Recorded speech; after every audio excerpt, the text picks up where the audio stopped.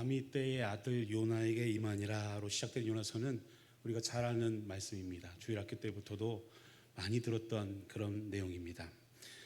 그 당시에 깡패의 나라였고 잔인하기로 소문난 아수르의 수도인 니느웨에 하나님의 말씀을 전하라 요나는 이해를 못했습니다. 하나님 왜 그래야 됩니까? 도대체 왜 그 나라의 말씀을 하나님의 말씀을 증거해야 됩니까? 오히려 하나님 이때에 그 나라를 징계하시고 그 땅을 심판하셔서 하나님은 살아계시는구나, 하나님의 정의와 공의를 나타내실 좋은 기회인데 왜 굳이 그 나라의 그 민족에게 하나님 복음을 전하시려고 하십니까? 요나는 이해하지 못하여서 하나님의 말씀이 아니라 자신의 계획을 세우기 시작합니다. 근데 마침 다시스로 가는 배가 딱 있었습니다. 그래서 그 배에 올라타고 맨 밑에 내려가서 아주 깊은 잠을 잡니다.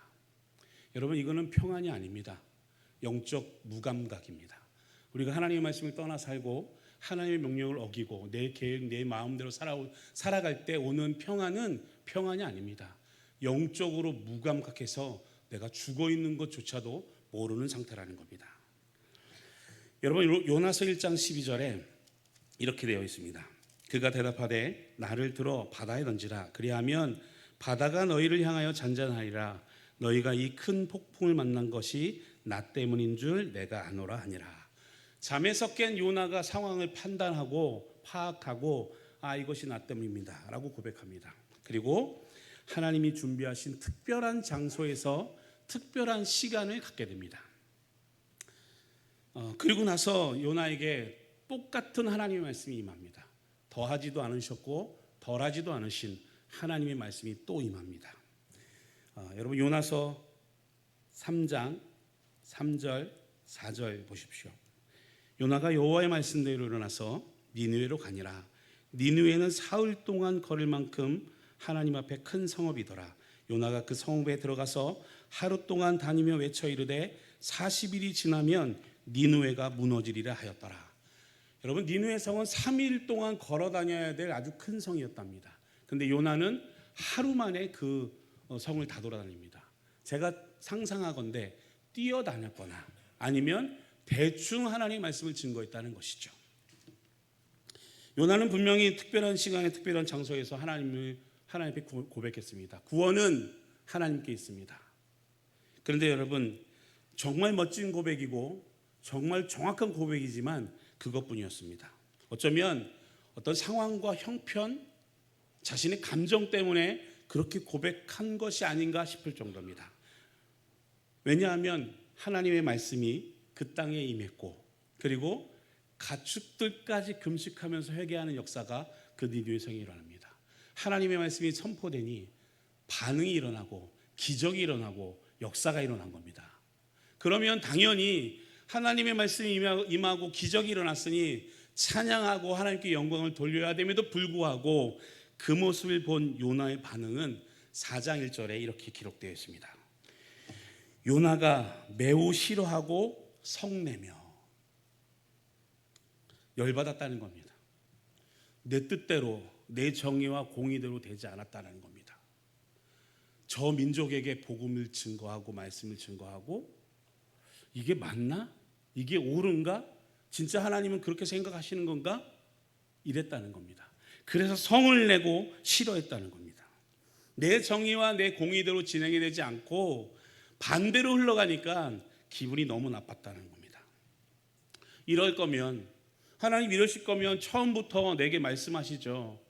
네가 하나님 말씀을 정하면 그 성이 변화될 것이다. 회개가 일어날 것이다. 완전히 신기한 역사가, 구원의 역사가 일어날 것이다. 이렇게 말씀하시면 제가 다시스로 안 갔을걸요. 그리고 그 이방인 선원들과 선장들에게 조롱을 당하면서 내가 쪽팔림을 당하지 않았을걸요. 그리고 특별한 시간, 특별한 장소 어쩌면 없었을 수도 있었을 겁니다. 하나님 왜 그러셨습니까? 왜 이렇게 복잡하게 일을 하십니까? 라고 싫어하면서 성냈다라는 겁니다. 그래도 요나 마음에는 아수르 이 민족은 워낙 악독한 민족이고 잔인한 민족이니까 아마 일시적인 고백이었을 거야. 이거 진짜 하나님 앞에 회개한 거 아닐 거야. 그리고 하나님이 그 모습을 보고 반드시 심판하실 거야. 이 모습을 보려고 언덕에 올라가 앉았습니다. 근데 하나님께서 박넝쿨을 준비해 놓으시고 봐라. 하나님이 어떻게 하실 박넝쿨 준비하시면서 서늘한 그늘을 준비해 주셨습니다. 그랬더니 요나가 맞아, 이게 맞는 거지. 이 스토리가 맞는 거야. 하나님이 이제 실수하셨다는 걸 내게 고백하실 것이고 하나님이 내 뜻대로, 내 원대로, 내 마음대로, 내 계획대로 하나님이 저 땅을 심판하실 거야. 징계하실 거야. 그런데 동틀 때 박넝쿨을 하나님이 없애십니다. 그랬더니 요나가 또다시 원망하기 시작합니다. 러시아가 4년째 전쟁을 하면서 너무 어려워졌습니다.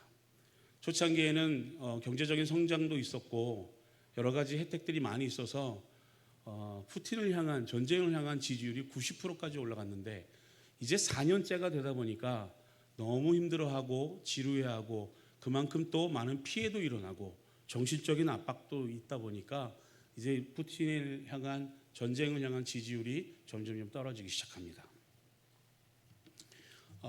요즘 저희 지역에 세금 문제로 많은 분들이 어려워하십니다. 전쟁이 오래 가다 보니까 세금을 통해서 돈을 걷어내야 되는 그런 상황까지 와서 예전에는 100만 원이 세금이었으면 지금은 500만 원이랍니다. 그러니 내수의 지출도 잘 안 되는데 세금이 그렇게 많이 올라가니까 이제 자영업자들이 난 못 살겠다 해서 문 닫는 일들이 참 많아집니다. 전쟁에 참석했다가 부상을 당해서 목발 짚고 있는 청년들이 많이 늘어나게 되고 사람들이 점점 이 살기 어려운 경제적인 문제 때문에 자꾸 다른 도시로 떠나갑니다. 저희 우스리스크 지역이 러시아 그 전체 넓은 땅에서 동쪽 끝자락입니다. 북한과 중국하고 국경을 갖고 있기 때문에 그럼에도 불구하고 기본적인 인프라가 별로 없거든요. 그런데 러시아에서 세 번째로 가장 비싼 도시입니다. 수도인 모스크바, 제2도시는 상페테르부르크, 그리고 이 연해주 지역이 세 번째로 물가가 비싼 동네입니다. 그러니 서민들이 살 수가 없고 오히려 러시아의 작은 도시, 다른 도시로 가면 오히려 또 괜찮은 삶을 살기 때문에 자꾸 떠납니다. 그런데 저희가 사역을 하면서 이제 11년째 사역을 하고 있는데 이런 경제적인 어려움보다 더 심각하게 저희들을 힘들게 하는 것이 이런 행정적인 법이 문제입니다. 러시아는 테러 방지법 안에 종교법을 넣었습니다. 그래서 종교인들은 언제든지 테러를 할 수 있는 사람들이다라고 해서 여러 가지 행정적인 법을 통해서 종교 활동을 제약을 합니다. 헌법에는 종교의 자유가 있다라고 하지만 여러 가지 행정적으로 어렵게 하는데 그 중에 첫 번째가 올 초에 2명의 선교사님이 구금 당하셨습니다. 한 분은 북한 사역을 하셨기 때문에 구금을 당하시고 추방을 하셨고 한 분은 어린이 사역을 하셨던 수년 동안 어린이 사역을 하셨던 분인데 그분이 체포가 돼서 감금 내셨거든요. 뉴스에 나와서 제목이 그겁니다. 어린이 노동력 착취, 성경 암송 강요 이런 식으로 선교사님을 체포해서 결국은 추방이 당하셨습니다. 이런 분들이 이제 추방을 당하다 보니까 저희 선교사들의 사역이 위축이 되는 거죠. 저희도 처음에는 식사 같이 합시다 이런 프로그램을 해서 청년들 전도하고 함께 관계 맺고 하려고 했는데 이런 것들이 이제 노방정도 금지, 18세 이하 청년들에게 전도 금지 이런 법들이 생겨나면서 저희가 그런 사역을 좀 내려놓을 수밖에 없었던 그런 현재 상황입니다. 매년마다 러시아에서 누군지는 모르겠지만 계속 법을 상정하는 것 중에 하나가 가정에서 드려지는 예배를 불법이다 이렇게 얘기를 합니다. 근데 러시아의 교회의 한 70% 정도가 가정교회 그리고 가정 개인 주택을 개조해서 교회로 만들어 예배드리는 분들이 많거든요. 그래서 이 법이 이제 통과가 되면 저희들은 구역 예배, 가정 신방 이런 것들이 불법이 되고 70%에 해당되는 교회들이 문을 닫아야 됩니다. 그래서 저희는 계속 기도하기를 하나님 이 법이 통과되지 않도록 해주십시오. 그러면 그렇지 않아도 러시아에서 기독교는 이단인데 그러면 저희들의 입지가 더 곤란해지고 복음의 문을 막히는 거 아니겠습니까? 하나님 우리를 긍휼히 여겨 주십시오. 이렇게 기도하고 있습니다. 최근에 또 생긴 법 중에 하나가 영주권자들 1년 의무 복무하라는 겁니다. 그래서 어떤 분이 우리가 가서 무슨 군복무를 하냐, 나이가 50이고 우리는 한국에서 이미 군복무를 마쳤는데 영주권자는 그래야 한다는 겁니다. 그래서 지금 북한이 전쟁에 참여하고 있으니 너희들이 가서 통역해 이러면서 영주권자는 1년 의무 복무. 이렇게 되니까 18세 이상 되는 우리 MK들 또 기타 여러 사람들이 비자 문제를 해결을 못하고 있습니다. 그걸 사인하지 않으면 비자를 주지 않습니다. 게다가 아이들이 초등학교에 들어가려면 러시아 시험을 보고 들어가라는 겁니다. 근데 그걸 어떻게 보고 들어가겠습니까? 그러니 러시아가 다음 선교사들을 제재하기 위해서, 들어오지 못하게 만들기 위해서 이런 법들을 자꾸 만드는 것 같습니다. 저희 아들이 지금 군복무 중에 있습니다. 강원도 고성에서 탱크 운전병으로 복무하고 있는데 아들이 아빠를 도와서 비즈니스 선교하겠다고 군복무 제대하면 다시 들어와서 하겠다고 했는데 이제 그 아이도 못 들어오게 됐습니다. 왜냐하면 이제 23살이고 제대하면 24살이 되는데 이 아이가 들어와서 비자를 하려면 1년 군복무를 해야 됩니다. 그리고 18세 이상이면 어떤 비자를 가지고 있던 노동비자로 전환해서 엄청난 세금을 내야 되는 겁니다. 그러니 이 아이가 들어올 수 있는 상황이 절대 안 됩니다. 그래서 이제 군복무를 하면 한국에 남아서 그 일을 좀 해야 되는 상황이 됐습니다. 또 한 가지는 외국인들 부동산 동산 자동차 소유 금지, 매매 금지 이렇게 됐습니다. 그리고 영주권자들은 현지 운전면허를 따라. 그래서 현지 운전면허 쉽지가 않거든요. 여러분 세계에서 가장 어려운 언어 중에 하나가 러시아입니다. 왜냐하면 언어 하나가 12가지로 변화를 합니다. 남성이냐 여성이냐 중성이냐 복수냐 단수냐 6가지의 격에 따라서 변화되니까 언어가 참 어렵습니다. 그런데 그 어려운 언어로 시험을 보라는 거죠. 학원에 등록해서 학원 이수증을 갖고 학원에서 치르는 시험을 먼저 보고 그러면 국가고시를 봐서 시험을 통과하면 이제 주행을 본다는 겁니다. 근데 현지인들도 면허증 합격률이 10%뿐이 안 되거든요. 그러니 아무리 저희가 언어를 한다고 해도 이거 합격하지 말라는 거죠. 저희 지역에 저는 그래서 운전면허 시험 보는 걸 포기했습니다. 이것 때문에 내가 스트레스를 받아야 되고 이것 때문에 내가 매달려야 될까? 근데 저희 교단 선교사님 한 분은 오늘 연락이 왔는데 국가 시험까지는 통과했답니다. 주행에서 떨어졌답니다. 그러니 주행 3번 떨어지면 1년 뒤에나 다시 국가 시험을 보고 응해야 됩니다. 이러니까 영주권자들 특히 선교사들 너희들 움직이지도 마. 그래서 저는 하나님이 지혜를 주셔서 3년 전에 미리 제 아내에게 면허증을 따라고 해서 저희가 기사를 부리면서 다니는 선교사입니다. 제 아내가 운전합니다.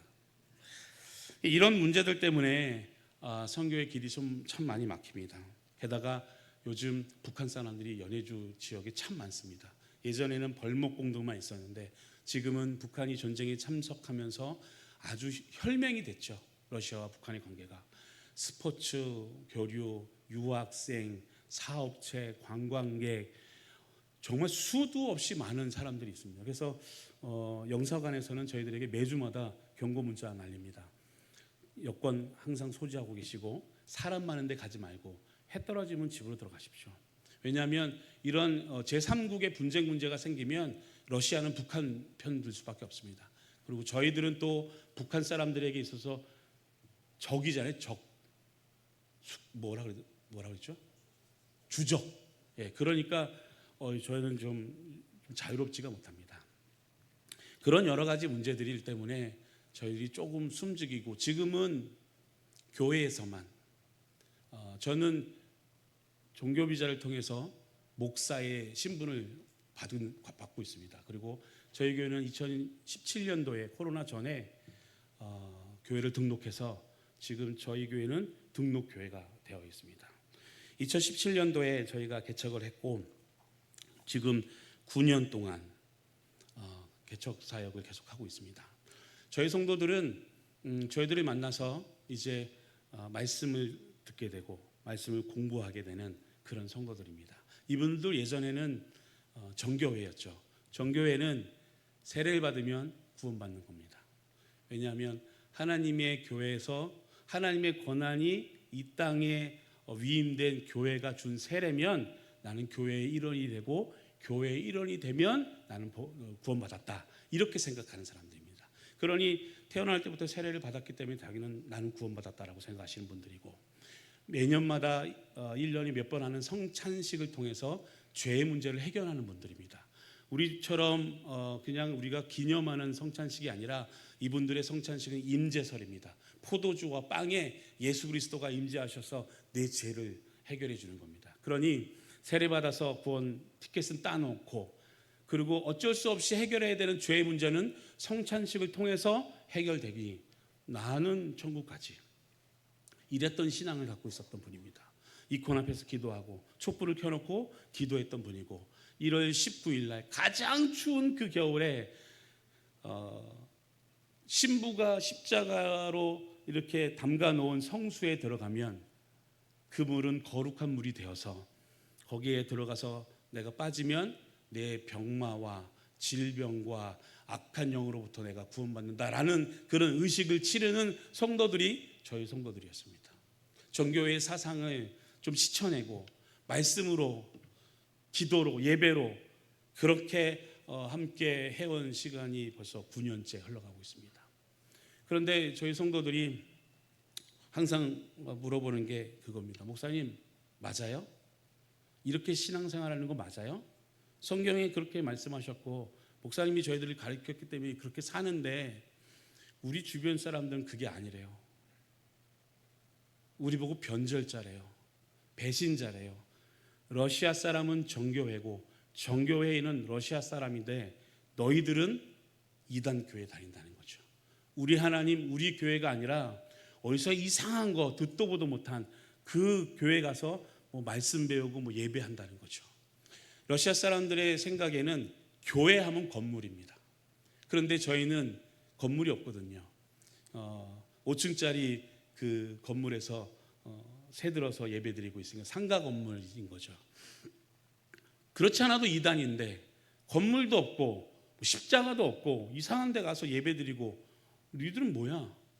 그러면서 조롱도 하고 핍박도 합니다. 기껏 주일날 와서 주중에 또 성경 공부하고 기도하고 만족하고 감사하고 너무나도 행복해하고 집으로 돌아가고 직장으로 돌아가면 사람들이 조롱합니다. 비웃습니다. 너희들 뭐냐고. 그래서 우리 성도들이 이렇게 사는 거 맞냐고, 이렇게 신앙생활하는 거 맞냐고. 이럴 때 제 안에 요나가 튀어나옵니다. 하나님 맞습니까? 아니 우리 성도들을 좀 돌아보셔야 되는 거 아닙니까? 우리 성도들을 조롱하고 핍박하는 저 사람들 징계해야 맞지 않습니까? 하나님 왜 그들을 가만히 두고 계십니까? 차라리 우리 성도들을 복되게 하시고 우리 교회를 부흥케 하시고 좋은 건물도 있게 하셔서 떳떳하게 신앙생활하면 오히려 하나님의 이름이 높아지는 것이고, 아 우리가 잘못됐구나, 저 신앙이 맞구나 할 수 있는 좋은 기회 아닙니까? 그런데 왜 잠잠하십니까? 왜 저 사람들 힘들게 하십니까? 왜 날마다 눈물을 흘리게 하십니까? 제 안에 요나가 막 튀어나옵니다. 오늘 요나는 4장에 하나님 차라리 죽는 게 낫습니다. 죽여주십시오. 내가 이 꼴을 보느니 차라리 죽겠습니다.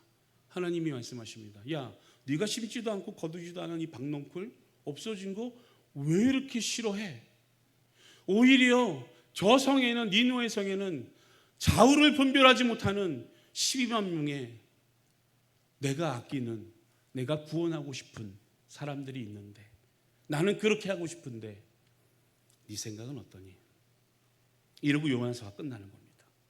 하나님이 우리에게 질문하시는 겁니다. 현철아, 그래 네 생각도 맞네.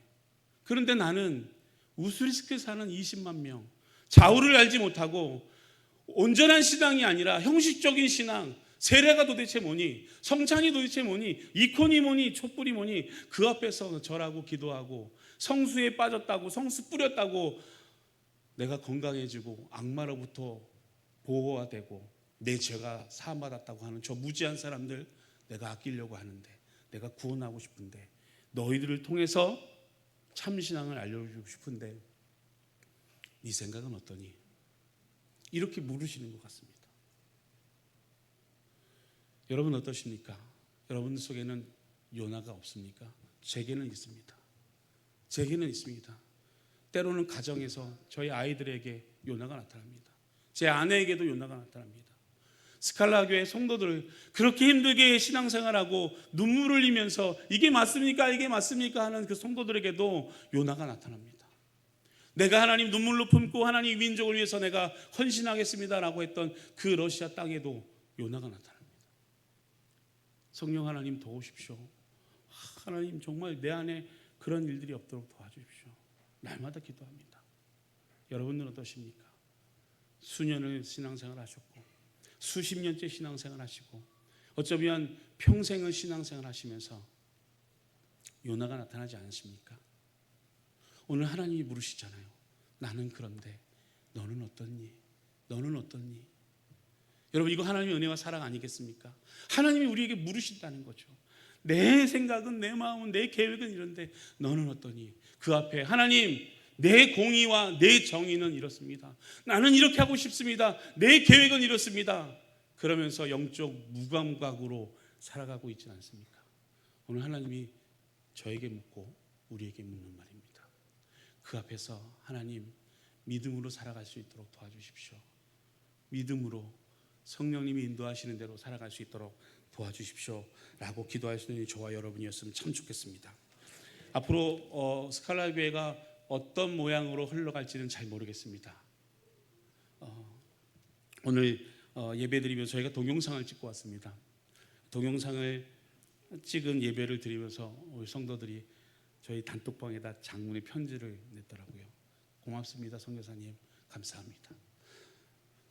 우리에게 하나님 말씀을 들려주시고 이런 말씀을 이런 긴 문장을 보내왔더라고요. 그래서 소망이 됩니다. 하나님 이거죠. 그렇지요. 내가 한 게 아니라 하나님의 공의와 정의대로 참으면서 인내하면서 그 자리에 있었더니 하나님 이들이 이렇게 성장하고 기뻐하고 감사하지요. 하나님 감사합니다. 믿음으로 살아갈 수 있도록 요나 튀어나오지 않도록 하나님 나를 도와주십시오. 그런 모습으로 그런 믿음으로 사역할 수 있도록 여러분 기도해 주십시오. 그리고 스칼라 교회 반석이란 뜻입니다. 얼마 되지 않은 성도들 모여서 예배하고 기도합니다. 저희가 주일날은 격주로 성경 공부를 하고 주중에 1:1 성경 공부를 합니다. 왜냐하면 이분들이 또 굉장히 자존심이 강하신 분이라 어떤 성경 공부를 하면서 자신의 이야기를 안 하거든요. 그래서 1:1로 하면 자기의 마음을 좀 드러놓습니다. 그래서 1:1 성경 공부하고 매주 목요일마다 모여서 저희도 기도합니다. 그 기도회를 통해서 그 성경 공부를 통해서 우리 성도들이 진짜 참신앙으로 소금과 빛의 역할을 감당하고 비록 가정으로 돌아가고 직장으로 돌아가면 99%의 형식적인 신앙인들이 조롱하고 핍박할지라도 믿음으로 지켜나갈 수 있는 진짜 성도를 될 수 있도록 여러분 기도해 주시면 참 감사합니다. 기도하겠습니다. 고마우신 아버지 하나님,